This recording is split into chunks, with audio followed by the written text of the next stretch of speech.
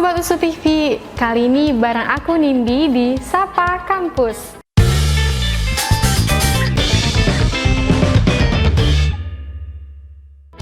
Oke, kali ini aku lagi bareng Kak Nisha Harahap. Hai Kak Nisha. Hai. Apa kabar nih Kak? Baik, alhamdulillah. Oke, baik ya Kak. Ya. Boleh kenalan dong Kak sama Sobat USU TV.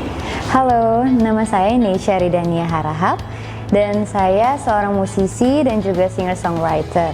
Sekarang saya lagi sibuk lanjut S2 di Fakultas Psikologi Universitas Indonesia. Oke, sebelumnya aku terima kasih nih sama mahasiswa ilmu komunikasi khususnya dari On Hype Agency yang udah ngundang Kak Nisha untuk hadir di Sapa Kampus karena Kak Nisha kebetulan merupakan salah satu klien dari project mereka. Oke, balik lagi nih ke Kak Nisha.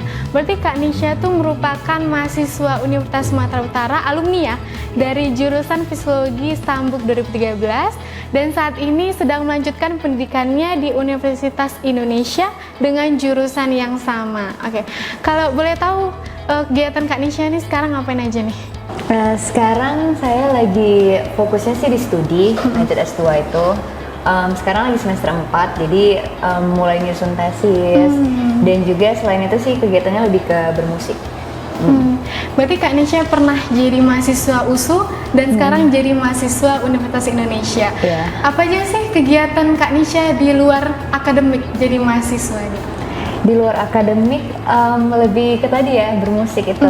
Jadi kegiatan-kegiatan kesenian sih. Oke, aku kepoin Instagram Kak Nisha nih. Kalau Kak Nisha itu sering ikut-ikut festival khususnya di bidang musik gitu ya Kak. Apa aja tuh festival musik yang Kak Nisha ikutin? Karena aku lihat ada yang di dalam negeri, ada juga yang di luar negeri gitu. Iya, kebetulan dari tahun 2015 itu cukup beberapa kali sering perform di acara dalam negeri ataupun luar negeri. Kayak kalau misalnya dalam negeri pernah perform di acara Kongres Kebudayaan Indonesia, terus Pekan Kebudayaan Nasional, terus kalau di luar negeri pernah perform di Frankfurt Book Fair di Jerman, terus di Europali Art Festival di Belanda, Belgia, terus juga pernah keliling di beberapa kota di Spanyol. Berarti banyak juga ya Kak, udah festivalnya gitu ya? Lumayan. Terus persiapan Kakak di festival itu gimana? Gitu. Persiapannya sih lebih ke latihan ya. Biasanya kalau misalnya udah mau perform itu kurang lebih sebulan atau 2 bulan lumayan intensif latihannya di rumah. Kebetulan di rumah itu ada sanggar namanya Rumah Musik Suara Sama. Jadi tempat kami kumpul untuk latihan dia di rumah juga.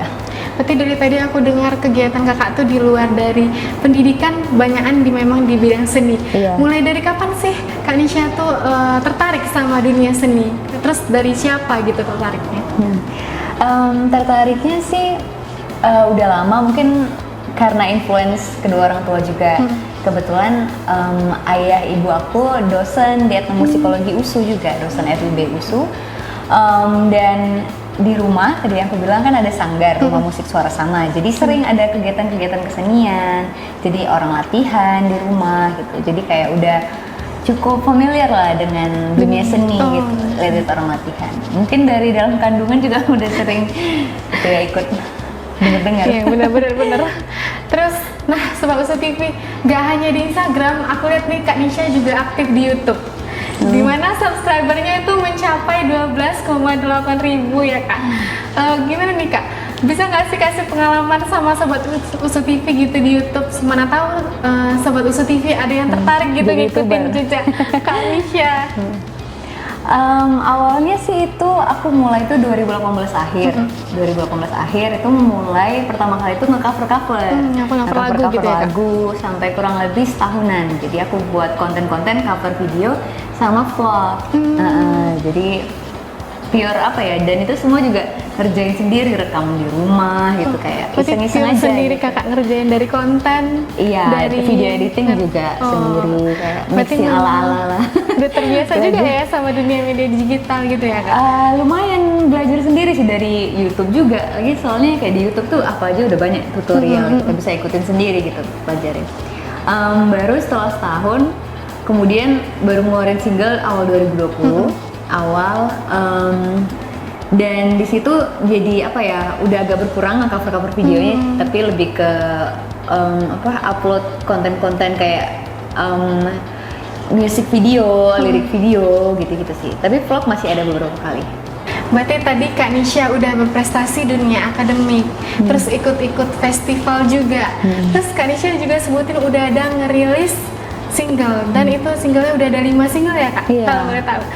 Terus Nindi sendiri, mungkin Sobat Usu TV juga penasaran nih sama suara Kak Nisha. Boleh nggak sih kasih sedikit aja gitu lagu dari 5 lagu kakak itu? Nyanyiin sedikit aja. Oh, ke 5-5-nya? Enggak, salah satu dari lagunya Oh, iya. gitu Kak. Mungkin aku coba bawain dikit ya Hujan Bulan Juni, biar kebayang ada yang bagian puisinya dan refnya malah humming, nggak tanpa lirik gitu ya. Tak ada yang lebih tabah dari hujan bulan Juni, dirahasiakannya rintik rindunya kepada pohon berbunga itu. Tak ada yang lebih bijak dari hujan bulan Juni, dihapuskannya jejak-jejak kakinya yang ragu-ragu di jalan itu.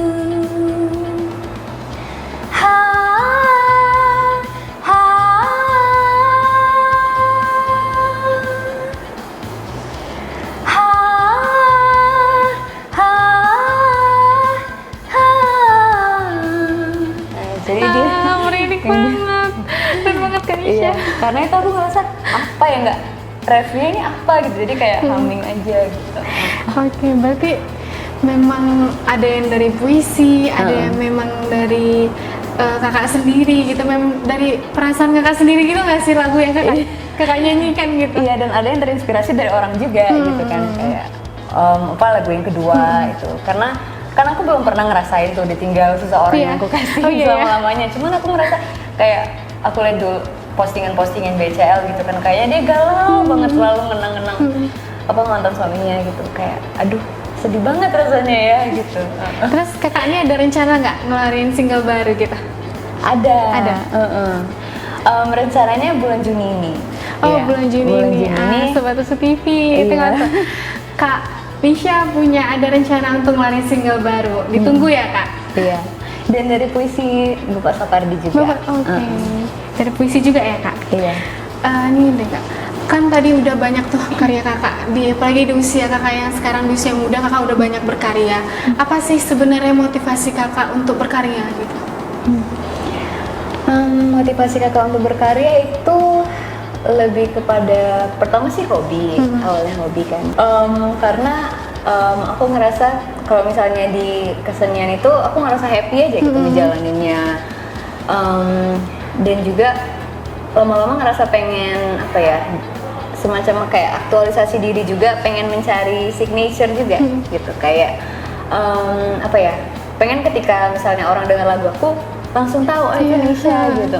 Jadi proses itu sebenarnya asik, kayak mengeksplor. Makanya kalau misalnya kamu dengerin single-single aku yang di Spotify segala macam, itu mungkin nuansanya rada beda-beda gitu. Yang kayak pertama itu lebih ke pop classical ballad, terus yang kedua tuh lebih ke pop folk, yang ketiga tuh folk banget, yang keempat dia malah lebih ke agak jazzy juga gitu kan. Terus yang kelima balik ke pop folk juga. Jadi kadang aku kayak semacam test the water juga gitu, kayak ngelihat gimana ya respon orang, terus gimana yang kira-kira lebih cocok dengan warna suaraku gitu-gitu. Jadi mungkin enaknya apa ya, karena independen itu belum terikat label, jadi lebih ada semacam kebebasan lah ya untuk eksplorasi sana sini gitu sih.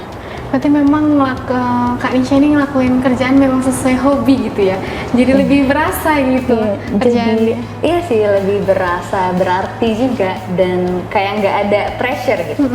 Walaupun ngerjainnya kayak dulu aku nge-cover single itu kan ngerekam sendiri, ngerekam di rumah gitu, jadi sampai bikin di lantai 2 itu kayak bikin aja ruang kedap ala-ala gitu. Tapi jadi panas banget. Panas banget. Jadi kadang aku suka ngerekam tuh tengah malam biar agak adem lah, agak dingin. Dan sunyi gitu. juga jadinya kayak ya, sunyi Kak? gitu. Jadi kayak aku rekam nanti jam 12 malam, terus baru selesai tuh mau jam 1, jam setengah 2 mungkin kan. Terus habis itu aku kalau nggak capek aku mixing lagi, atau besoknya aku mixing. Jadi kayak prosesnya itu sebenarnya mungkin capek kan kalau kita nggak passion, ngapain gitu kayak sampai begadang ngerekam lagu Tapi segala karena macam. kita senang, karena kita suka, jadi kayak ya nggak terasa aja capeknya. Oke, kan kawan-kawan Sobat Usu TV ini banyak anak-anak muda ya Kak. Apa sih pesan dari Kak Nisha untuk anak muda gitu, biar bisa berkarya kayak Kak Nisha?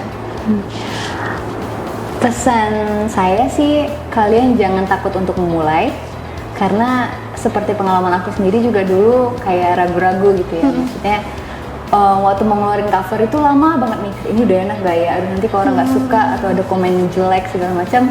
Tapi lama-lama aku pikir ya udah dikeluarin aja, pasti kita nggak bisa kontrol gitu eksternal kita nggak bisa kontrol orang suka atau enggak sama karya yang kita berikan. Tapi yang penting kalau misalnya kalian suka dengan karya kalian sendiri, pasti kalian bakal temuin pasarnya sendiri. Pasti ada aja orang yang seneng, ada aja orang yang relate dengan karya kalian. Jadi ya jangan takut untuk memulai dan harus selalu konsisten. Karena aku perhatiin apapun yang dicapai, apapun yang hal besar yang bisa dicapai itu adalah dengan ketekunan dan konsisten. Jadi nggak perlu yang langsung wah-wah banget, tapi yang penting terus aja berbuat. Nanti di proses itu kita belajar apa yang kurang. Lama-lama kita tahu dan semakin lama kita bisa menjadi semakin lebih baik lagi. Jadi jangan takut memulai dan tetap konsisten. Tuh Sobat Usu TV, pesan dari Kak Nisha, jangan takut memulai dan harus konsisten. Kan khususnya untuk anak muda ya Kak, anak muda itu kan kadang sering kayak mut-mutan kan, kadang ngikutin pengen orang lain, enggak, kayak padahal iya, nah itu juga penting, jangan langsung ke distract. Misalnya orang buat apa, terus kita jadi gitu. ngikut-ngikut gitu.